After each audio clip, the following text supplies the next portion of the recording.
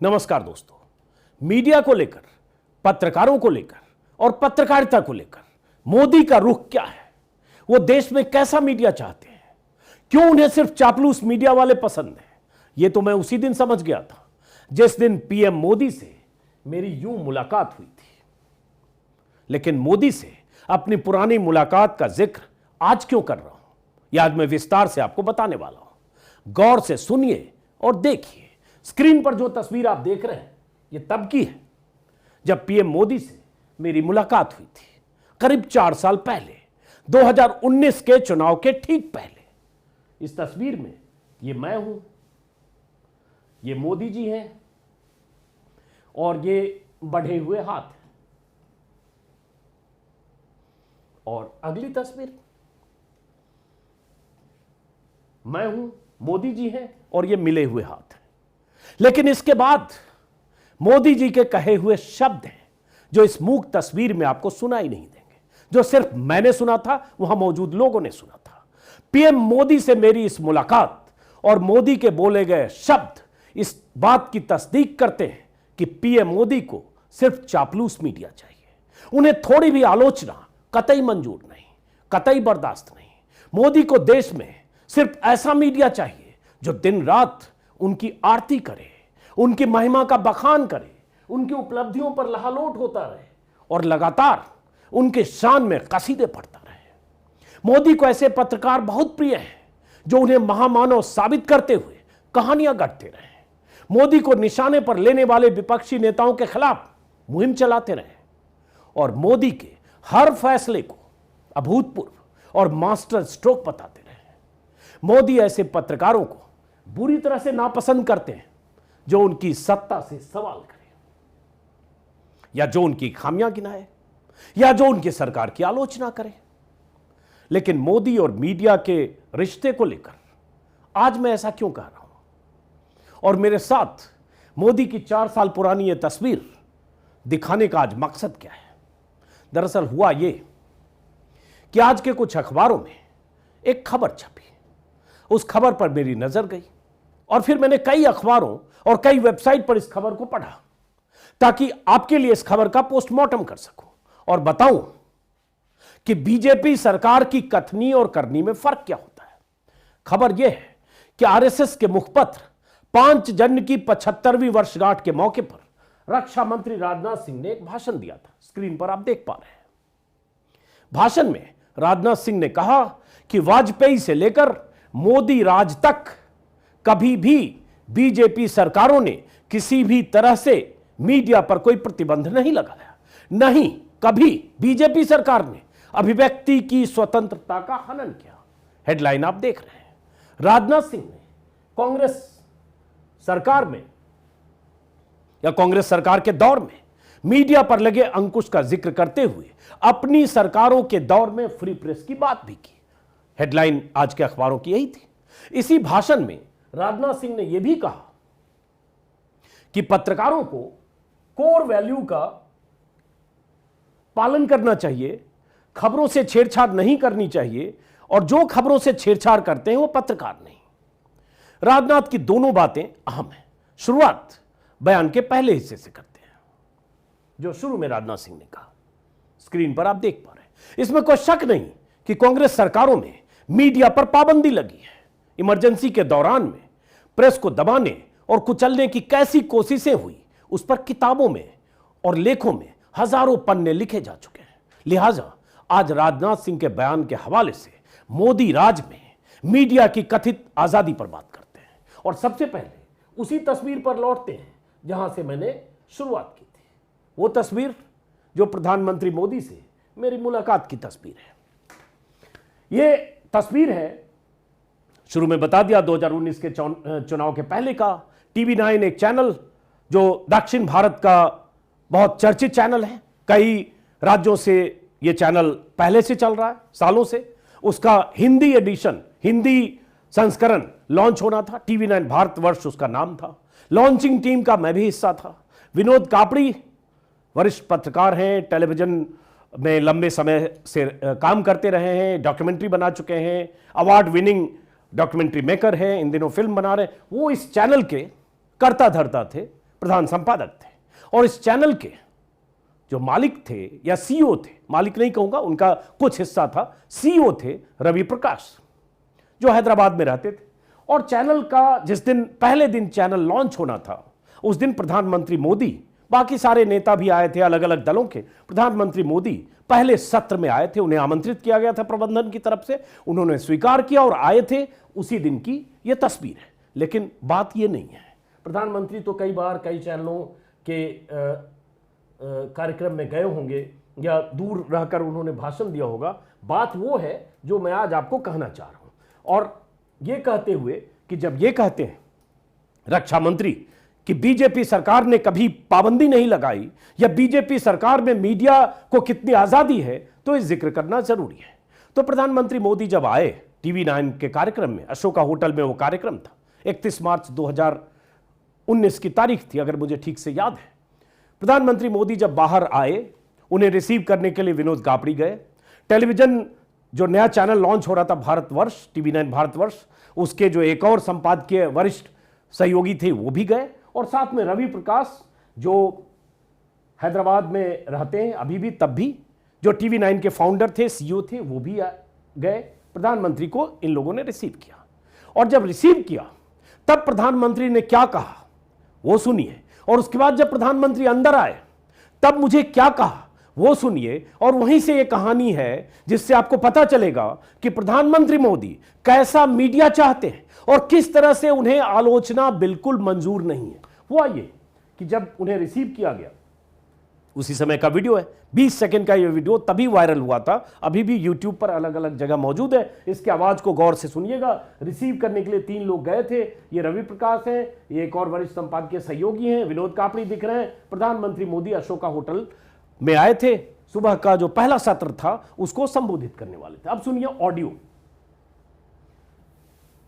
जो इसमें प्रधानमंत्री ने कहा है।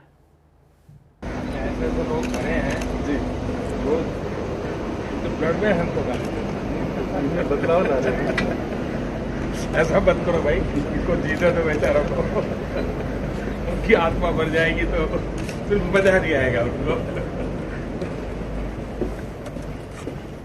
प्रधानमंत्री ने जब उन्हें रिसीव किया गया तो प्रधानमंत्री ने कहा चैनल के सीईओ से कि आपने ऐसे लोगों को रखा है जिनके ब्लड में मुझे गाली देना है। सीईओ रवि प्रकाश ने कहा हम बदलाव ला रहे हैं। तेलुगु आदमी, हिंदी भी उनकी उतनी अच्छी नहीं थी, वो क्या कहेंगे, उन्होंने कहा हम बदलाव ला रहे हैं या ये बदल रहे हैं, ऐसा कुछ। उसके बाद प्रधानमंत्री ने कहा कि नहीं नहीं भाई ऐसा मत करो, इनकी आत्मा मर जाएगी, बहुत तकलीफ होगी, फिर इन्हें मजा नहीं आएगा। ये प्रधानमंत्री मोदी उस नए चैनल, नवोदित चैनल जो देश में लॉन्च हो रहा था, उसके सीईओ से कहते हैं उनके लिए जो उस चैनल से जुड़े थे, जिसमें एक विनोद कापड़ी थे जो उस वक्त वहां मौजूद थे इस तस्वीर में। उसके बाद प्रधानमंत्री अंदर आते हैं हॉल में। अंदर हॉल में एक सेक्शन होता है जिसमें बहुत सारे जो चैनल के वरिष्ठ सहयोगी थे वो सारे लोग थे, मैं भी वहां था सबसे आखिर में, और वो एक एक करके प्रधानमंत्री से उनकी मुलाकात करवाई जाती है। एक एक करके प्रधानमंत्री मिलते हुए जब आते हैं, सबसे आखिर में मैं, ऐसे जो चैनल के सहयोगी थे, जो अलग अलग डिपार्टमेंट के लोग, उनसे मिलते हुए मोदी यहां आते हैं। सबसे आखिर में जब मुझसे उनका परिचय करवाया जाता है कि अजीत अंजुम है, और जैसे ही उनका परिचय कराया जाता है तो प्रधानमंत्री मोदी पहला शब्द सीधा बोलते हैं, अच्छा दूसरे वाले आप ही हो। तो एक सेकंड के लिए मुझे समझ में नहीं आया कि पीएम ये कहा क्या रहे हैं। मेरे मुंह से बेसाख्ता निकला, क्या कह रहे हैं सर, क्योंकि मैं समझ नहीं पाया कि हुआ क्या, क्यों ऐसा मोदी कह रहे हैं, क्योंकि बाहर जो हुआ था उसके बारे में मुझे कोई जानकारी नहीं थी। उसके बाद पीएम मोदी और सारे लोग, हम लोग स्टेज की तरफ चले, वो आगे चले, लेकिन मेरे दिमाग में उनके शब्द कौंध रहे थे कि दूसरे वाले आप ही हो ना। अब मैं बार बार ये सोच रहा था दूसरे वाले आप ही होना, इसका मतलब क्या है, क्या मैं दूसरा वाला हूं, किस बात का जिक्र किया पीएम मोदी ने। पीएम का कहना मायने रखता है, दूसरे वाले आप ही हो। खैर वो स्टेज पर गए, मैं अगली पंक्ति में बैठ गया। जो उनको रिसीव करने विनोद कापड़ी और दूसरे संपादकीय सहयोगी गए थे, सीईओ गए थे, वो सब आ गए, सब अगली कतार में बैठ गए। जब बैठ गए और प्रधानमंत्री मोदी मंच पर गए, टीवी 9 भारतवर्ष के मंच पर, और तब धीरे से मुझे विनोद कापड़ी ने कहा कि बाहर कुछ हुआ है, आपको बताता हूं। और एक लाइन उन्होंने कहा कि ऐसे ऐसे पीएम ने कहा है कि आपने ऐसे लोगों को रखा है जिनके ब्लड में मुझे गाली देना है। तो पहले वाले विनोद कापड़ी, जिससे पीएम मोदी ने बाहर कहा, और दूसरा वाला मैं, जो अंदर था। चूंकि उस चैनल से 2 संपादकीय ऐसे लोग जुड़े थे, तो समझिए कि प्रधानमंत्री कितनी स्टडी करके, कितना रिसर्च करके या कितनी जानकारी के साथ आए थे कि इस चैनल को लॉन्च करने में 2 अहम लोगों की भूमिका है, जिसमें एक विनोद कापड़ी है, दूसरे अजीत अंजुम है। मैं सीईओ रवि प्रकाश की बात नहीं कर रहा हूं, वो तो उनका तो चैनल ही था। और अगर प्रधानमंत्री ये कहते हैं इस तरह से, मैं पहले भी किसी सेमिनार में मैंने कहा था, कोई भी मालिक होता देश का, अंबानी अडानी क्यों ना हो, प्रधानमंत्री अगर सीधा कह दे कि आपने ऐसे लोगों को रखा है जिनके ब्लड में मुझे गाली देना है, 1 मिनट नहीं लगेगा, उसकी नौकरी चली जाएगी। क्योंकि कोई भी मालिक ये जोखिम मोल नहीं लेगा कि प्रधानमंत्री जिससे नाराज हो और आकर अपनी नाराजगी व्यक्त कर दे, उसे उस चैनल में रखा जाए। लेकिन हुआ क्या, प्रधानमंत्री का जब कार्यक्रम खत्म हुआ, मैं थोड़ा असहज था, चुपचाप बैठा रहा, बाहर भी नहीं गया। तभी जो रवि प्रकाश थे उन्होंने वो आए हमारे पास और बोले आप चिंता मत करिए, आप अच्छा काम कर रहे हैं। क्योंकि तब तक क्या हुआ, 1-2 घंटे के बाद विपक्ष के कुछ नेताओं का इंटरव्यू हुआ कॉन्क्लेव में, जिसे मैंने हैंडल किया है। कपिल सिब्बल उस समय कांग्रेस के नेता के तौर पर आए थे और मैंने बहुत तल्ख सवाल किया और कपिल सिब्बल बहुत नाराज होकर गए। तो उन्होंने कहा देखिए आप बहुत अच्छी पत्रकारिता कर रहे हैं कि सत्ता पक्ष के लोग भी नाराज हैं, प्रधानमंत्री भी आपसे नाराज हैं और कपिल सिब्बल भी नाराज है। तो उन्होंने तो तारीफ की, लेकिन वहां से सवाल पैदा हुआ कि देश का प्रधानमंत्री किसी चैनल के लॉन्चिंग कार्यक्रम में पहुंचता है, शुभ मौका है, और उस मौके पर भी वो प्रधानमंत्री कह देता है कि आपने ऐसे लोगों को रखा है जिनके ब्लड में गाली देना। क्या मैं गाली देता था? क्या विनोद कापड़ी गाली देते थे? हम करते क्या थे? हम करते ये थे कि ट्विटर पर सरकार की आलोचना करते थे, सरकार के किसी फैसले का, मोदी जी के किसी फैसले का, उनकी नीतियों का, या जो उनके भाषण में कोई ऐसी बात होती थी आलोचना करते थे। सीमित शब्द में, ट्विटर पर शायद तब 120 शब्द में लिखा जाता था। सीमित शब्द में हमारी आलोचनाएं सत्ता की फाइलों में ऐसे दर्ज थी, प्रधानमंत्री कार्यालय में ऐसे दर्ज थी कि प्रधानमंत्री को सब पता था कि हम क्या बोलते हैं और क्या लिखते हैं, और आकर सीधा बोल जाते हैं। तो ये क्या कहेंगे? ये देश के प्रधानमंत्री की तंगदिली नहीं है तो क्या है? और फिर कैसा मीडिया चाहते हैं? और गाली देना होता है, आलोचना गाली देना होता है। और अगर हमने ये कहा और प्रधानमंत्री कहकर चले गए, जैसा मैंने कहा, कोई दूसरा चैनल होता तो शायद उसी दिन हमें कह दिया गया होता कि आप जाइए। हालांकि चुनाव खत्म होने के बाद, नतीजे आने के बाद विनोद कापड़ी ने इस्तीफा दिया, कुछ दिन बाद मैंने भी इस्तीफा दिया। लेकिन प्रधानमंत्री के उस कहने के बाद, उस दिन के उनके तेवर के बाद और इस वीडियो के वायरल होने के बाद हुआ यह भी कि जब प्रधानमंत्री को रिसीव करने के लिए कुछ लोग गए तो तेलुगु चैनल, चूंकि पहले से चैनल था, उसके जो कैमरामैन चले गए और वो तेलुगु चैनल पर सीधे लाइव प्रसारित हो गया TV9 तेलुगु पर। और जब तक कार्यक्रम खत्म होता, दोपहर में लंच के पहले ही हमारे पास वो वीडियो आ गए वायरल होकर कि पीएम ने TV9 भारतवर्ष के वरिष्ठ लोगों को ऐसे कहा। खैर, होना क्या चाहिए था या होता क्या, मैंने कह दिया। लेकिन अब उसके बाद हमारे पास या हम जैसे पत्रकारों के पास क्या विकल्प होता है? एक कि हम सरेंडर कर जाते और ये मानते हुए कि सरकार के मुखिया हमसे नाराज हैं तो खुश करने की उनको कोशिश करें, हम अच्छी अच्छी बातें उनके लिए लिखें, उनके शान में कसीदे पढ़ें जैसे आज लोग पढ़ते हैं, और उनकी तारीफ करते रहें और उनके गुड बुक में आने की कोशिश करते रहें, ताकि हमारी नौकरी चलती रहे और हम लंबे समय तक उसी चैनल में टिके रहें। और यह करना बहुत आसान है, क्योंकि इसी दौर में बहुत सारे, चाहे राजनीति में चाहे पत्रकारिता में, ऐसे लोग हैं जो मोदी की आलोचना करते रहे, मुखर आलोचक रहे, जब उनके पाले में चले गए तो उनके गुड बुक में शामिल हो गए। उस पर नहीं जाऊंगा, लंबी लिस्ट है, ये हम भी कर सकते थे। लेकिन हमने ये तय किया कि हम जैसे हैं वैसे ही रहेंगे, क्योंकि पत्रकार का वही काम होता है, आलोचना हम वैसे ही करते रहेंगे। हां, कुछ मुश्किलें होती है जब किसी संस्थान में होते हैं, लेकिन फिर भी हर रोज अपने शो के जरिए जो मुझे कहना होता था, जो जिस दायरे में रह के जो कह सकता था वो करता रहा। लेकिन आखिर एक दिन ऐसा आया जब उस चैनल को मैंने अलविदा किया। लेकिन मुद्दा वो नहीं है, शुरुआत जहां से की कि इसका मतलब प्रधानमंत्री मोदी देश में जो ऐसे पत्रकार हैं या मीडिया संस्थान हैं उन पर उनकी नजर होती है, या उनका जो मॉनिटरिंग सिस्टम है वो नजर रखता है, और वहां एक गुड बुक और बैड बुक बना है। गुड बुक में कौन लोग हैं ये आप जानते हैं, अब हम उस पर प्रधानमंत्री मोदी से अपनी मुलाकात का जिक्र और चंद सेकंड की मुलाकात के बीच मोदी का चंद सेकंड का वो कहना कि दूसरे वाले आप ही होना, उसका जिक्र मैंने आज इसलिए किया ताकि आपको पता चले कि देश का प्रधानमंत्री, जिसे जनता ने 2019 में भी 300 से ज्यादा सीटें दी, 2014 में अपार बहुमत दिया, वो प्रधानमंत्री मीडिया के लोगों पर कितनी बारीक नजर रखता है, उनका सिस्टम, उनकी सत्ता की आलोचना करने वाले या उनकी सत्ता की चाटुकारिता नहीं करने वाले पत्रकारों पर कितनी नजर रखता है कि प्रधानमंत्री आकर ऐसे कह देते हैं और इस तरह से उनका वीडियो वायरल होता है। यही इस बात का सबूत है कि प्रधानमंत्री देश में कैसा मीडिया चाहते हैं। इसलिए मैंने राजनाथ सिंह के भाषण के बहाने जिक्र किया मोदी का।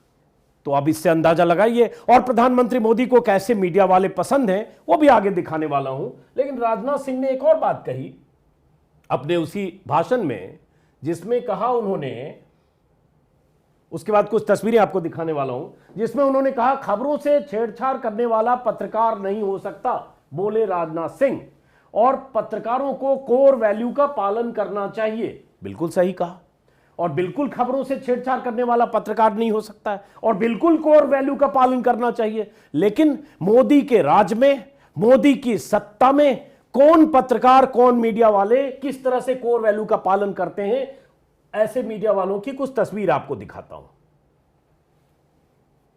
पहचानते होंगे कौन है साहब? ये कौन है? ये हंसता हुआ नूरानी चेहरा सरकार के बहुत प्रिय है, सरकार के बहुत प्रिय है। चेहरे पर मास्क है, लेकिन आप समझ रहे होंगे इस मास्क के पीछे कौन है। इंटरव्यू प्रधानमंत्री मोदी किन्हें देते हैं और कैसे मीडिया वाले पसंद हैं, और इनका बैकग्राउंड यह है कि ब्लैकमेलिंग और वसूली के आरोप में 1 महीने तक तिहाड़ जेल में रहकर आए हैं।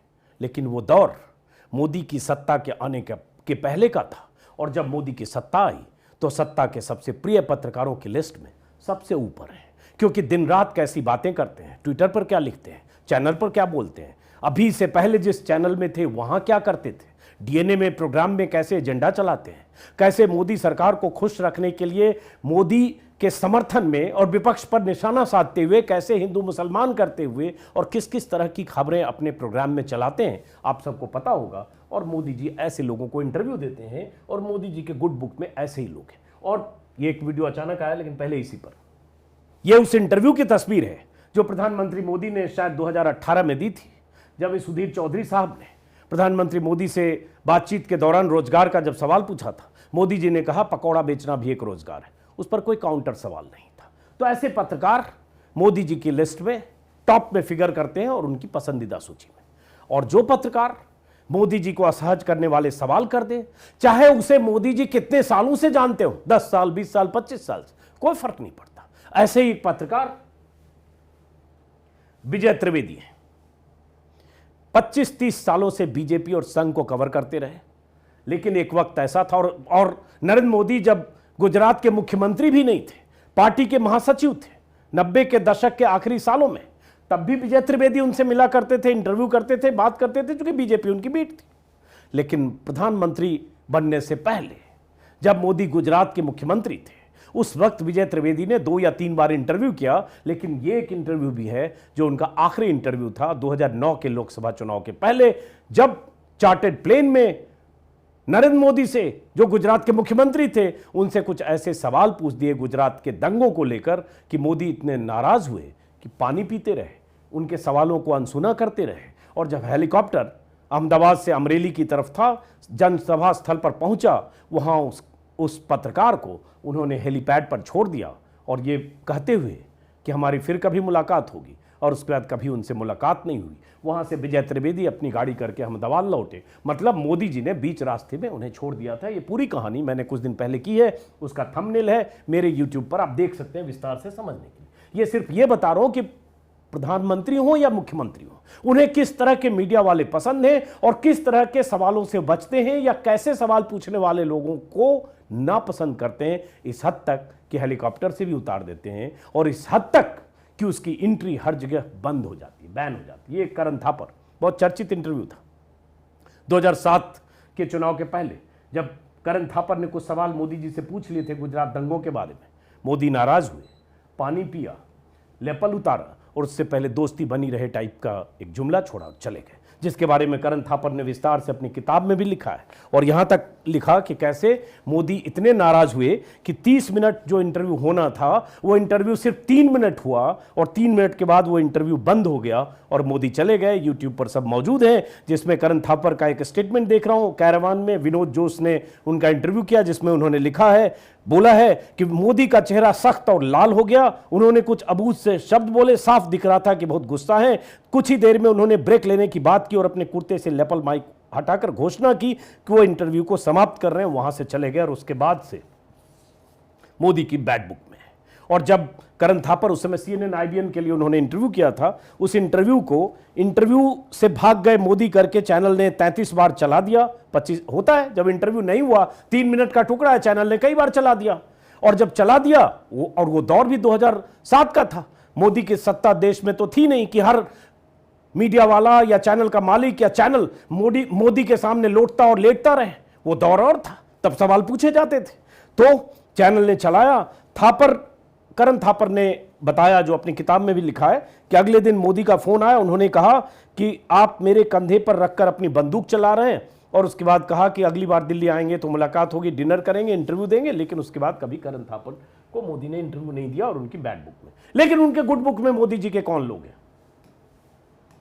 चेहरे आप पहचानते होंगे।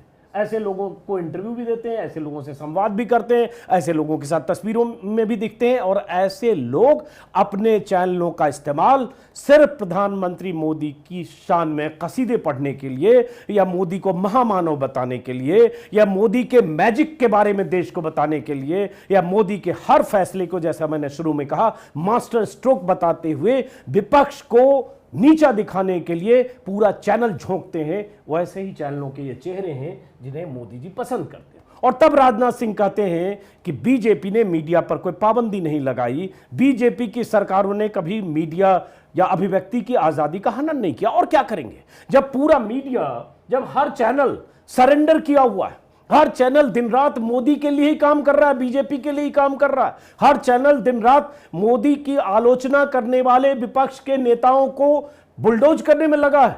हर चैनल अगर बीजेपी के हिसाब से नैरेटिव बिल्डिंग में लगा है, तो फिर पाबंदी लगाने की जरूरत क्या है?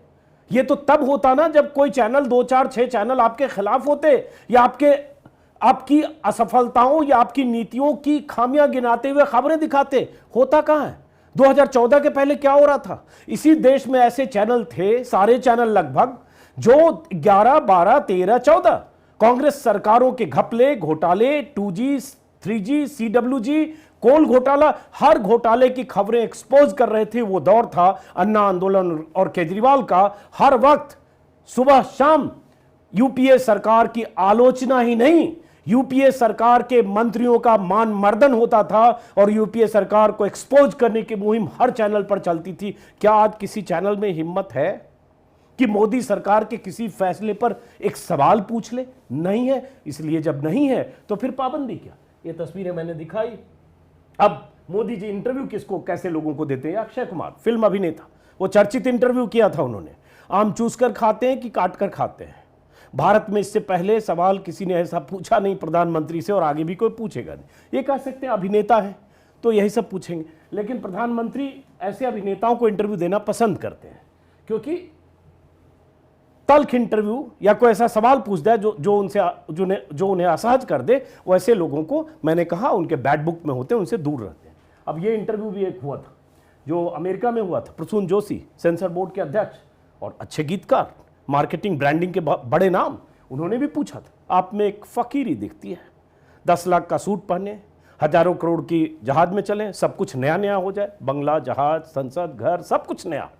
हर रोज अगर एक दिन में 3 सरकारी कार्यक्रम है, 4 सरकारी कार्यक्रम है, या विदेशों में 4 मीटिंगें, 4 बार कपड़े बदले, लेकिन फकीरी दिखती है। तो फकीरी की परिभाषा जताने वाले लोग, ऐसे लोगों को प्रधानमंत्री इंटरव्यू देते हैं। और ये प्रधानमंत्री देश में 8.5 साल से ज्यादा हो गए, एक प्रेस कॉन्फ्रेंस तक नहीं किया है। एक प्रेस कॉन्फ्रेंस प्रधानमंत्री मोदी ने नहीं किया है, क्योंकि क्या पता प्रेस कॉन्फ्रेंस करें, 40, 50, 100 पत्रकारों में कोई पूछ दे, किसी की पत्रकारिता जग जाए, किसी को लगे ये मौका है मोदी जी से कुछ सवाल पूछ ले, उनके उन फैसलों के बारे में जो उन्होंने किए या 2014 के पहले किए गए वादों के बारे में कोई पूछ ले। वादों की लिस्ट पर मैं कई वीडियो बना चुका हूं, इसलिए वहां नहीं जा रहा हूं। एक बार प्रधानमंत्री मोदी ने अमित शाह के साथ एक प्रेस कॉन्फ्रेंस में आए, एक सवाल जब उनसे पूछा गया तो उन्होंने कहा पार्टी अध्यक्ष हैं, वही सब कुछ फैसला करते हैं, वही बताएंगे, और उनसे पूछे गए सवाल का जवाब अमित शाह ने दिया और उसके बाद कहीं आए नहीं। तो ये तो है प्रधानमंत्री मोदी। और उसके बाद ये कहना कि बीजेपी या बीजेपी की सरकार में किसी भी मीडिया पर कोई पाबंदी नहीं है, तो मुझे लगा ये आपको दिखाया जाए और ये आप देख ही रहे। दूसरी बात, ये दौर है जब बहुत सारे एंकर, पत्रकार, रिपोर्टर अपने ट्विटर हैंडल पर लिखते हैं राष्ट्रहित सर्वोपरि।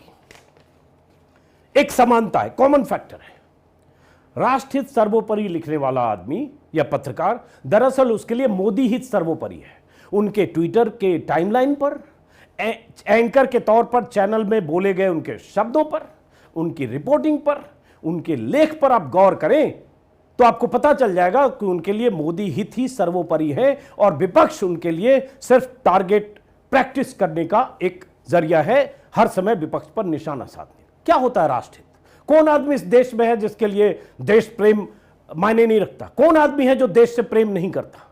क्या उसके लिए लिखना जरूरी है राष्ट्रहित? क्योंकि राष्ट्र प्रेम, राष्ट्र मतलब मोदी, ऐसा नैरेटिव सेट किया गया है कि मोदी ही देश है, मोदी ही प्रदेश है, मोदी ही संविधान है, मोदी ही सब कुछ है, मोदी नाम केवलम, बाकी उसके अलावा कोई है नहीं। इसलिए मकसद सिर्फ ये था कि राजनाथ जी आप तो भले आदमी हैं।